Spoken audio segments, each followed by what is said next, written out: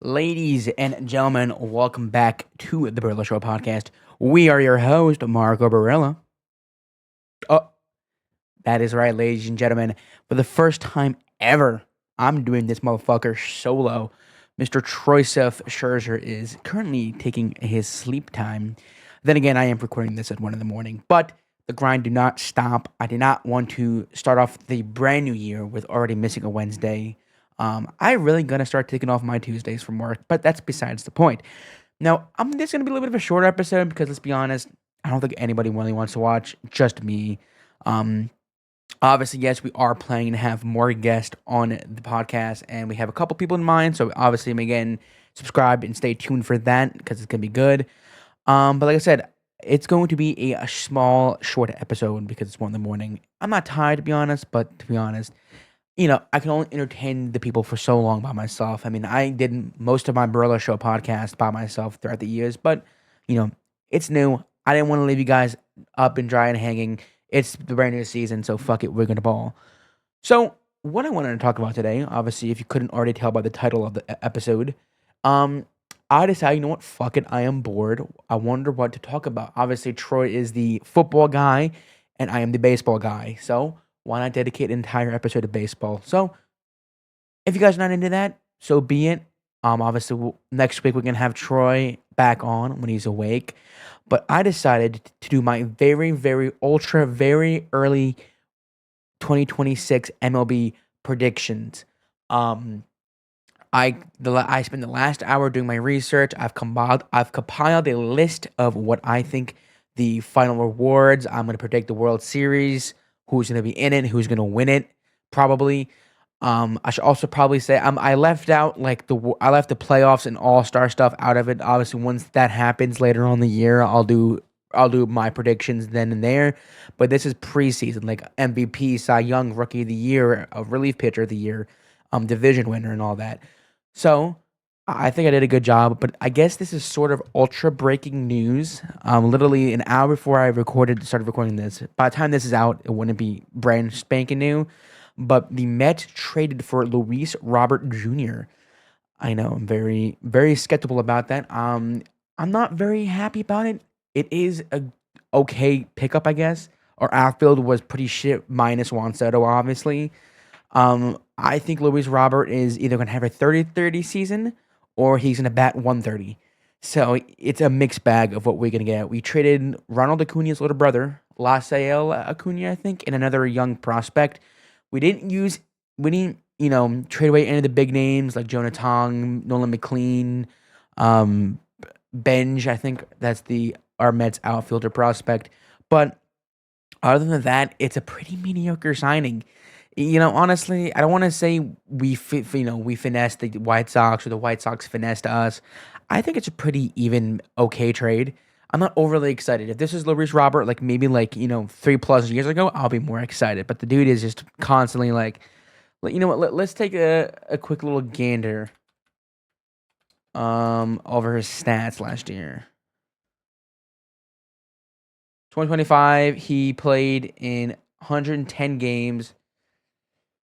He batted 223.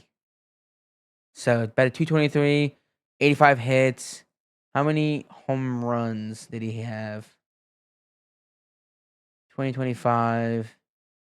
He had 14 home runs, 53 RBIs. Yeah, not all that impressive, but again, he adds depth, I suppose. Um, for all I know, but like I said, it's not an amazing trade, but it is a big name to have on the team. Who knows? I'm hoping that he has at least 25 plus home runs. That's just spectacle, wishful thinking in my opinion. But I want to get that way. But with that, um, the Mets lineup is set as Francisco Lindor at short, Soto at right field, Bo Bichette playing out of position for the first time in a while at third base, Jorge Polanco at first base, who I don't think he's ever really played first base, Brett Beatty at DH, Francisco Alvarez at catcher, Luis Robert at center field, Marcus Semien at second base, and projected we're going to call up Carson Benj, a left fielder prospect who I'm all for prospects and I'm all for giving people chances. So hopefully, obviously, is this lineup better than the 2025 lineup? I don't think it is at all. Obviously, losing out on our core players, Alonzo, Nimmo, McNeil, Diaz, like that definitely took a big bullet, and it is what it is. Like I said before, as long as Pete Alonso didn't go to the Yankees, Dodgers, or Phillies, I'm still gonna root for the man no matter what.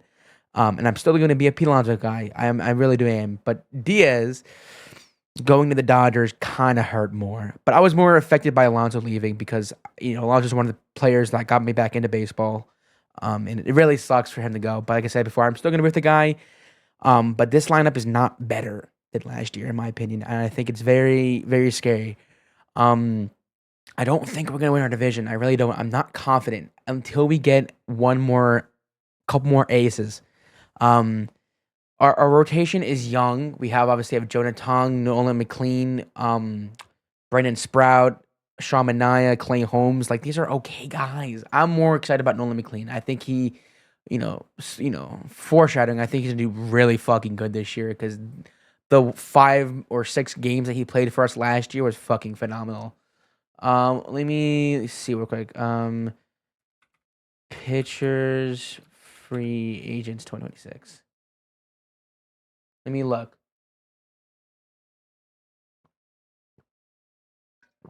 Pitchers, no.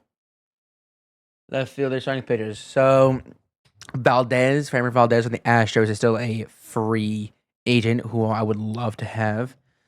Bassett, Michael King. Oh, Michael King signed a 3-year deal. Zach Gallen's a free agent. I mean, he's a little rusty, but he still wouldn't hurt. Patrick Corbin now. Eric Fetty, damn. Okay, maybe I lied. Maybe there really isn't any. There really isn't any other good deal. Ranger Suarez. Damn, Ranger Suarez. I really wanted the Mets to get Ranger Suarez.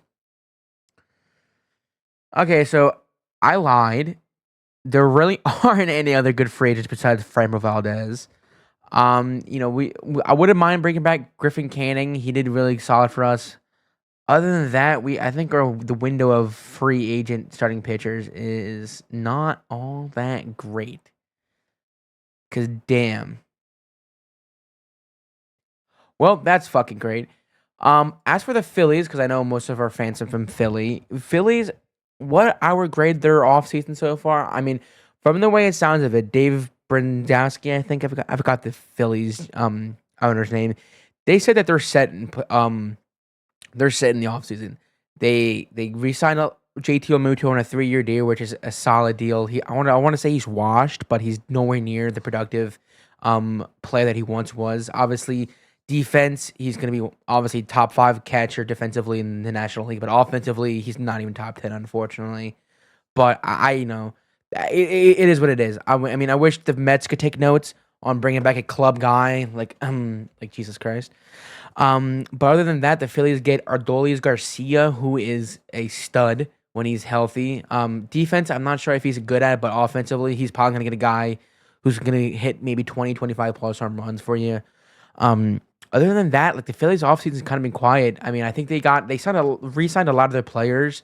I think Yohan Duran is staying for the Phillies, which is really big. I think he's going to do really good for the Phillies this year, unfortunately, which is unfortunate for my Mets. But I think re-signing Yohan Duran is definitely good because the Mets could definitely use more bullpen. Obviously, I know it's big that we got Devin Williams and Luke Weaver.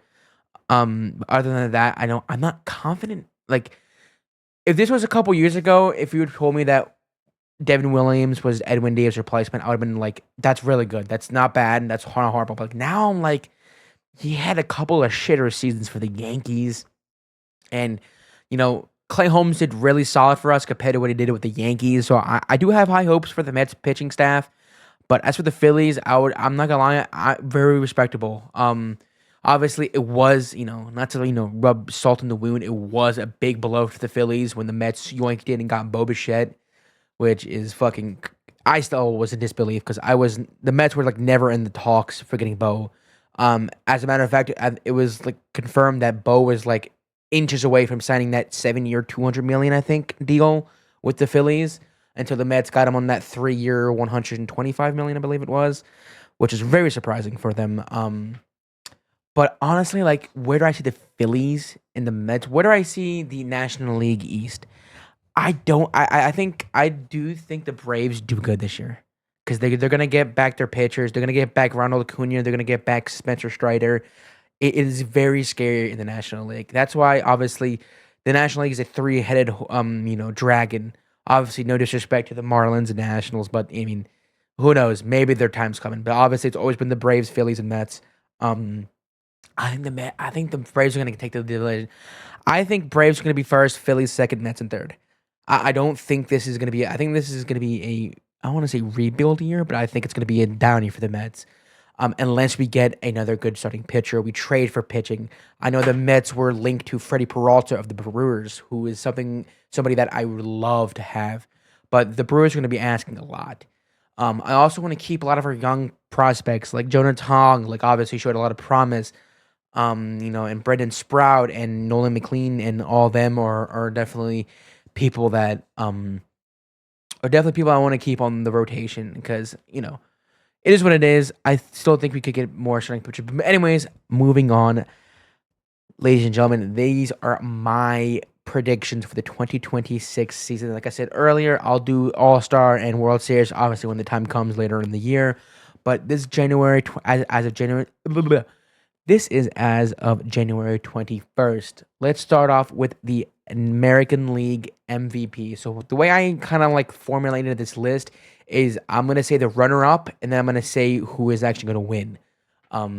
There's some awards that I didn't do that for, but for the most part, I did it both for the American and National League. For the AL MVP runner-up, I have Mr. Vladimir Guerrero Jr. of the Toronto Blue Jays. I think that he is going to have a monstrous year. I think it was 2021 or 2022 when he had that like 40 plus home run season, I believe. I'm not 100% sure.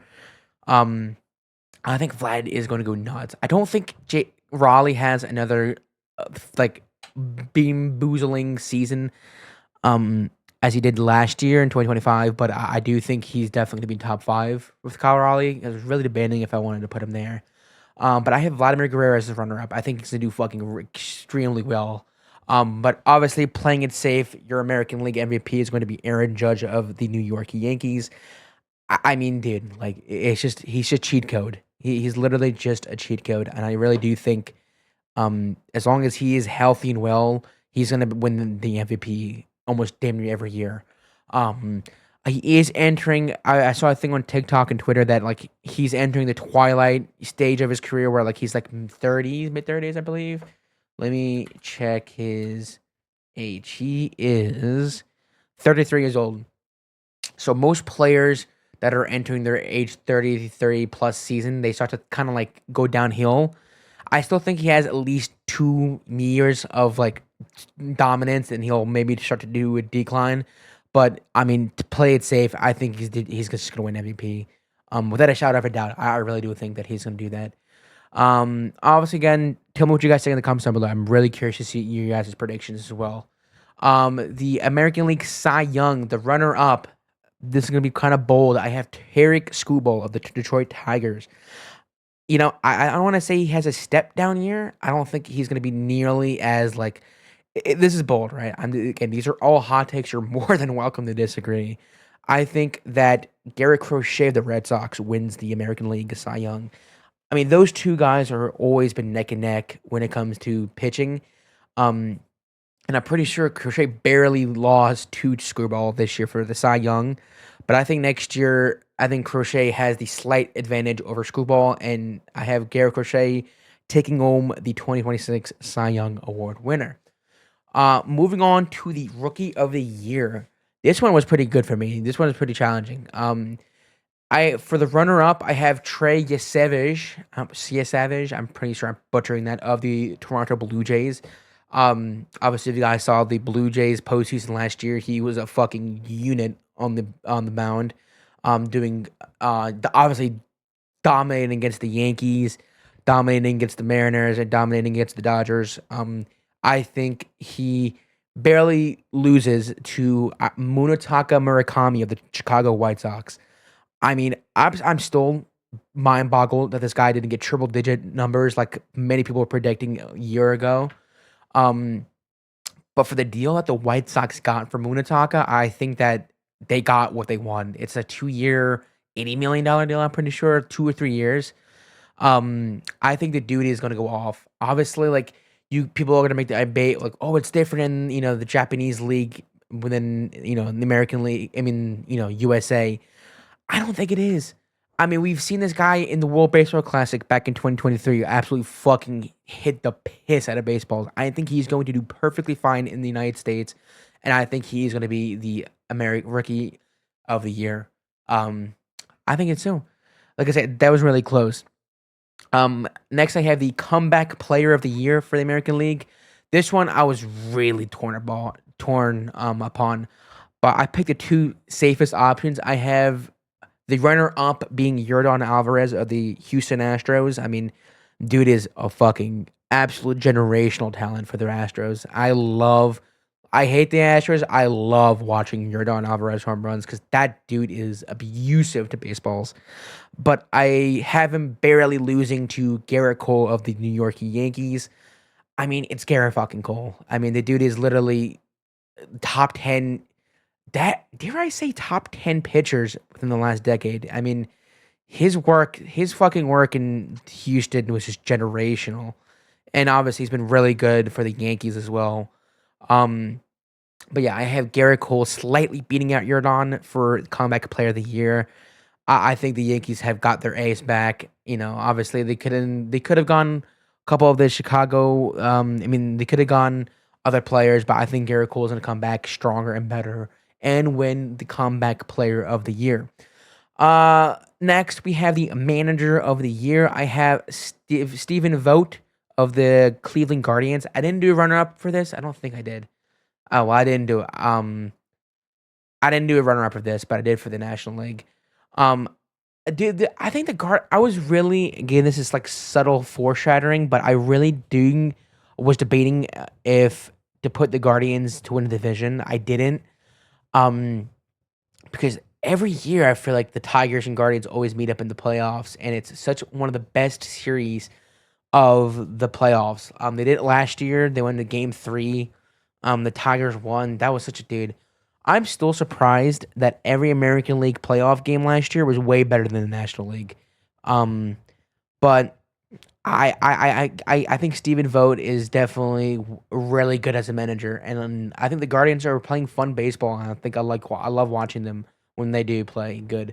So I have Steven Vogt as manager of the year for the American League. Now for the next two awards, I ought to be here all day if I did a full lineup. So I just did my three Gold Glove Award winners. I think these three people are going to be very obviously going to win, in my opinion. That being Stephen Kwan of the Guardians, Ernie Clement of the Blue Jays, and Mr. Cal Raleigh of the Seattle Mariners. I think those three guys are a certified pick to be a Gold Glove. Obviously, Kwan and Clement, I feel like we're always in the talks, but I mean, Cal Raleigh is a really good defender from what I remember. I could be wrong. Don't blast me in the fucking comments down below, but I really do think that those three are a certified pick to be a Gold Glove Award winner for the American League. And similar to how my three Silver Slugger Award winners, I have obviously Aaron Judge of the Yankees, Vladimir Guerrero Jr. of the Blue Jays, and a sleeper pick, very sleeper pick here. I have Kerry Carpenter of the Detroit Tigers. I think every time I see this guy, he has one of the most satisfying swings. I will say that. Do me a favor, go on TikTok and look up Kerry Carpenter home runs. This guy has some of the most smoothest swings of the American League. And I think he's going to win a Silver Slugger award. He is a stud for the Tigers, and I love seeing him play. So those are my three Silver Slugger awards. Please tell what you guys think down below. Moving on to a reliever of the year of the American League. This one is a bit of a hot take, and this one I think is kind of ballsy in my opinion. But give me the old man himself, Aroldis Chapman of the Boston Red Sox. This guy does not fuck around. He is playing so beautifully for his age. I mean, this dude had a generational year last year. Mm. I think it is safe to say that He is going to win. I think he won last year, right? 2025 reliever. Yeah, Roldis Chapman and then Edwin Diaz won last year. I think he's going back to back. I think Red Sox played it really smart by re-signing him.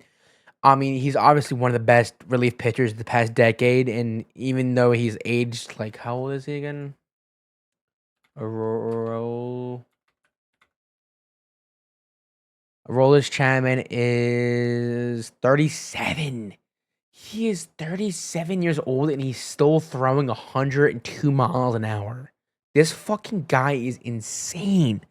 And I still have him winning reliever of the year. Runner up, I have Andres Munoz of the Seattle Mariners. Dude is always solid. Another American League All-Star. Um, it can really go neck and neck. I don't think Aroldis Chapman has a down year. I think even in his age 37 season, he fucking shoves, and I think he does win it. Now for the moment of truth. For the division winner. The person who will be going, the team, I should say, the team that will be going to the World Series next year.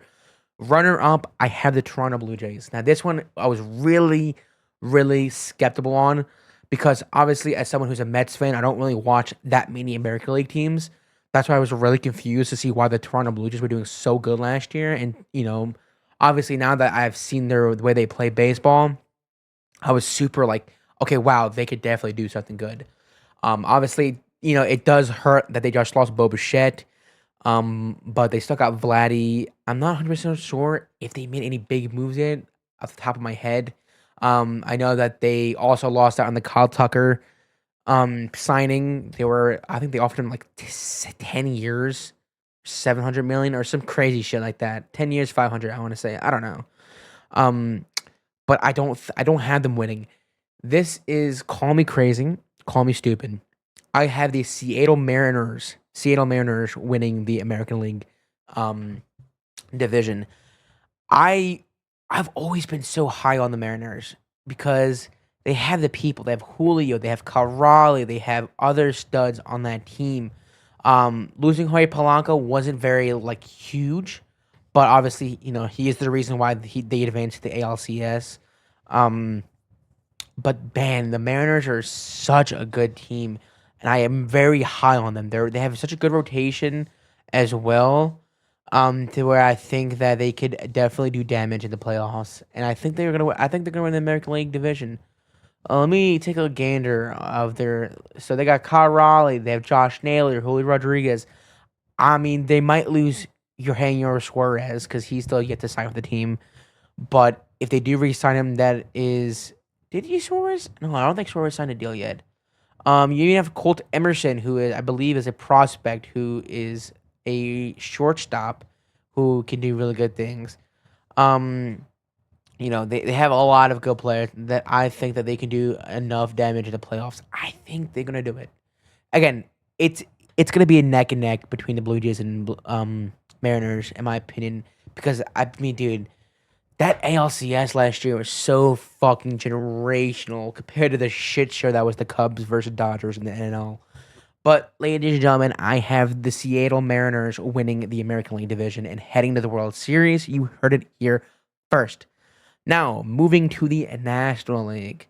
This is where things get spicy. Because obviously, this is the division that I pay attention to the most because as a Mets fan, I have to put it there.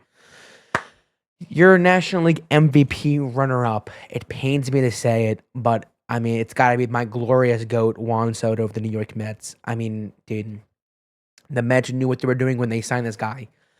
He's always going to be top three in MVP voting. Even if he's in the National League or American League, he is going to be an MVP caliber player, no matter where this guy plays.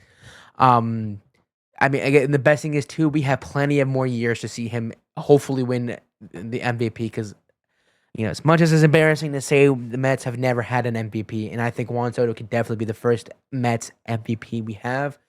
But of course, as long as Mr. Shohei Ohtani of the Los Angeles Dodgers is alive and breathing, this motherfucker is never not going to win the MVP, and that's who I have winning. I mean, come on.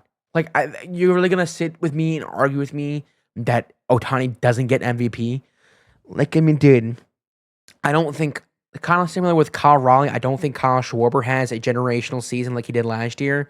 I still think he's gonna have 35 plus home runs next year. But I don't think he has that 50. Was it 50? I forgot, dude. Oh my god, dude. It was 50 because I saw him hit his 50th tank against the Mets in Philly. Oh, we don't talk about that though. But yeah, Otani is very obviously going to win the National League MVP in my opinion. Moving on to the National League Cy Young. This one was very challenging because the National League has a lot of studs. Um, but runner up, I have Mr. Yoshinobu Yamamoto of the Los Angeles Dodgers. I mean, he is the World Series MVP for a reason. This guy is a fucking workhorse. I mean, dude, the work that he did in the payoffs. Did I just say payoffs? I was trying to say playoff and World Series at the same time. This man pulling double duty, mind you. He pitched. He started a game the day before, and then he offered and was the closer of Game 7 of the World Series. The dude's a fucking workhorse. I love to see him, and he throws absolute fucking ched. I love it. But of course, I'm playing it safe. Give me Paul Skeens at the Pittsburgh Pirates. Hopefully, New York Mets soon, but it's very obviously he probably is going to the Dodgers or Yankees, in my opinion. But that's besides the point. Um, Paul Skeens, man, what is there to say? The dude is a generational talent, and it's just such a shame that he's stuck in Pittsburgh for now. Because my God, the dude is insane. I mean, he's what 25? I want to say he's very young. How old's Paul? He's 22. Holy shit, he's 2 years older than me. He's 22 years old and already has a Cy Young in his back pocket, Rookie of the Year. Finished last year with a below a 2 ERA. I mean, Jesus, dude. He's 22. He is going to be easily top 10 pitchers in the 2020s. Because my God, this fucking guy is a stud. Um, but yeah, Paul Skeens is going to be your National League Cy Young. Moving on to the Rookie of the Year of the National League. This one is, I'm kind of a toss up. Runner up, I have MLB The Show legend Bubba Chandler of the Pittsburgh Pirates. No clue how good he is. I just know that he's a meme, and if you guys play MLB The Show, Bubba Chandler is a meme. Um, Plus Bubba's a funny ass name. I like it. I dig it. So I have him as the runner up. But again, I don't want to sound biased, but I've looked up my research. He is the odds-on favorite in every sports betting and odd predicting. Nolan McLean of the New York Mets. I mean, man, like I said, I kind of hinted at this earlier. I'm very excited to see a full season of Nolan McLean. Again, like the 5 or 6 game that he pitched last year, I could be more because I know he joined like around August. I believe he joined the Mets. Dude's a fucking stud. Like his slider and curveball mix is just absolutely disgusting to watch. And I'm very excited. I know it's obviously way too young to call, but the dude is giving young Jacob deGrom vibes. Hopefully, I don't jinx it. I mean the sinker, sweeper, slurves, change up, and cutter. I mean, dude, gosh, I love it. I As long as he stays healthy and he stays good. I know he's playing for Team USA in the WBC, and I hope he stays healthy. He doesn't get injured. Knock on wood. Um, a full season of Nolan McLean, I think he is my heads-on favorite to win the National League Rookie of the Year, and I really do hope he does.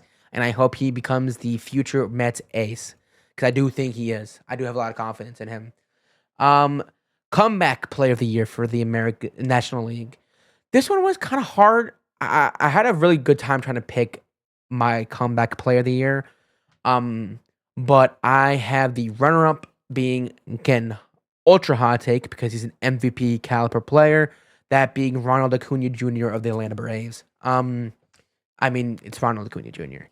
I mean this man is unfortunately such a good talent that just keeps getting injured. Um, how old is he? How old is he now? Hold on, let me look it up. Braves. I'm also definitely not doing my research on MLB The Show. He's 27, so he's still young, but unfortunately, throughout his career, he's already been plagued with injuries. But I mean, he's such. Oh my god! I really hope that did not pick that up. I'm very sorry if it did.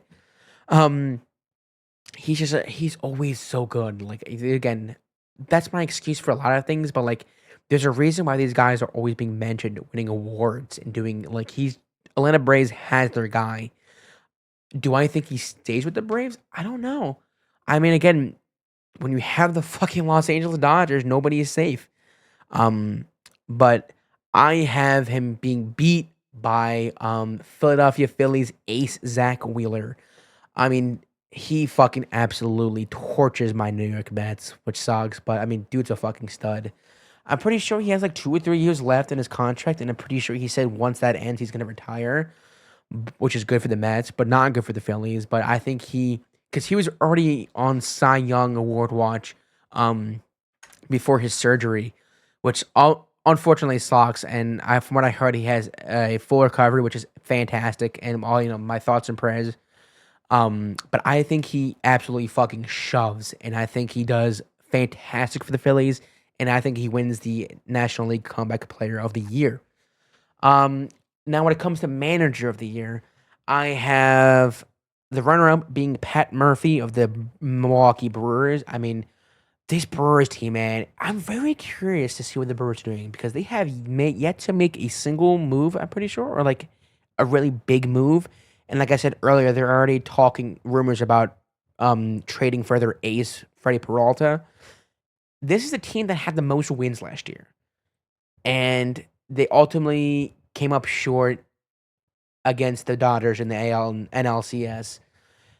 And I'm very skeptical because the Brewers are always a good team. I'm still very surprised that they had the most wins last year, but this is a team that always proves to be good. I mean, they are a very contact good team. And Pat Murphy always seems to do such a fantastic job with them. But of course, to play it safe, I have him being beat by Dave Roberts of the Los Angeles Dodgers. I mean, I think you're starting to notice a lot of Dodger themed here because I mean, come on. Hmm. Man, I forgot how fucking thirsty I get doing these solo podcasts. Um, Dave Roberts. I mean, that dude easily top five, easily top 10 manager of all time. Call me ballsy, call me crazy. I mean, the dude knows what he's doing. I mean, look what he has to play with. Look at the fucking absolute masterpiece of a team, especially now with Kyle fucking Tucker. I haven't even talked about Kyle Tucker fucking blowing off the Mets and Blue Jays to go to the Dodgers. I mean, Jesus Christ. I mean, dude, it's fucking insane. I'll get to that a little bit later, but I have David Roberts winning the Mentor of the Year. And like similar how I did to the American League, my 3 Golden Glove Award winners, I have the captain of the New York Mets, Francisco Lindor. It is still a crime that he didn't even was nominated. I don't think he even got no. He didn't win it last year. Again, not being biased, easily top five National League defender when it comes to shortstop. I have Matt Olson of the Atlanta Braves, and I have Mr. Pete Crow Armstrong of the Chicago Cubs. Um, I think PSA is going to do good. And obviously, it is very questionable about his drop off after the All Star break last year. I mean, but like, dude's young. He has plenty of time to figure it out. And the Cubs have their guy.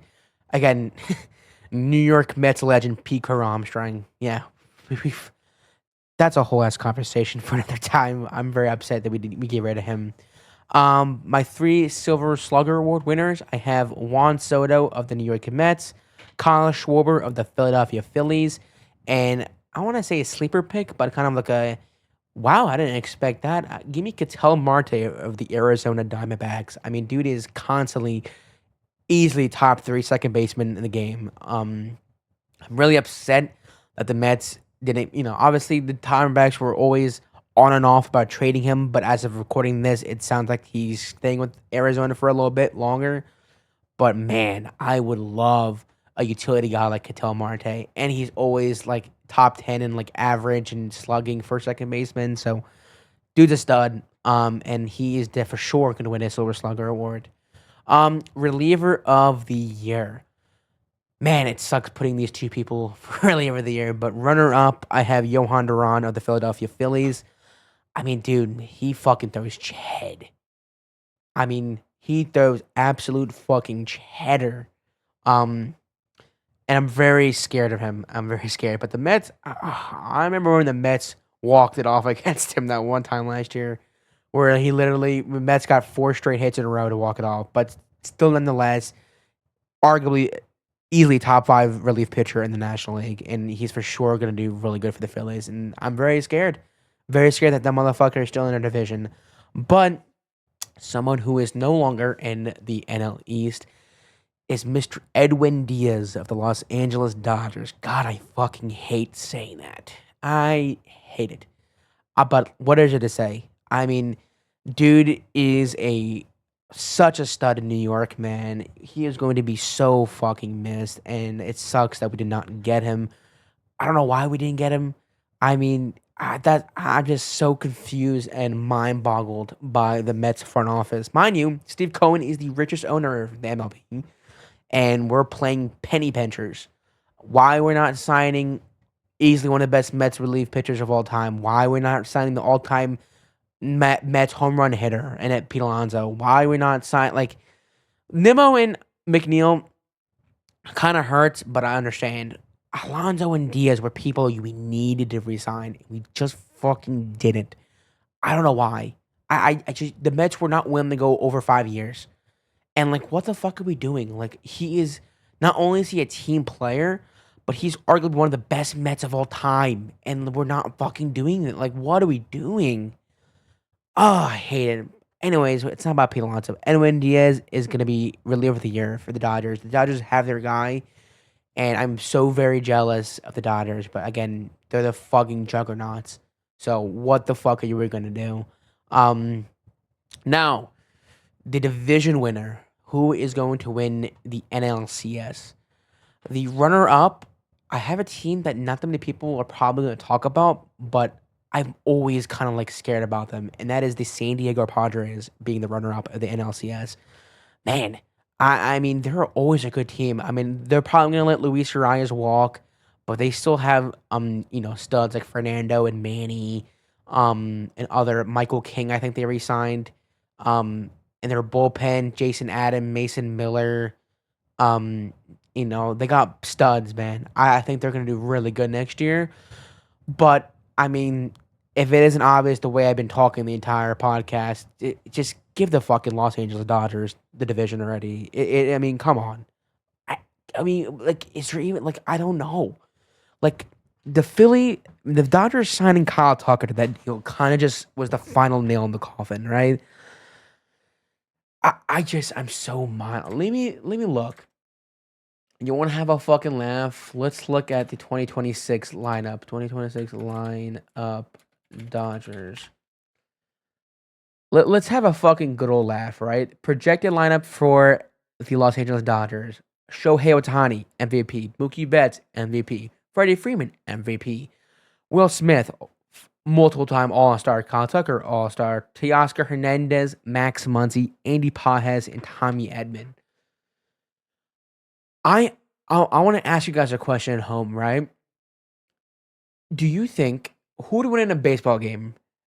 Team USA or the 2026 Los Angeles Dodgers? Because Jesus fucking Christ.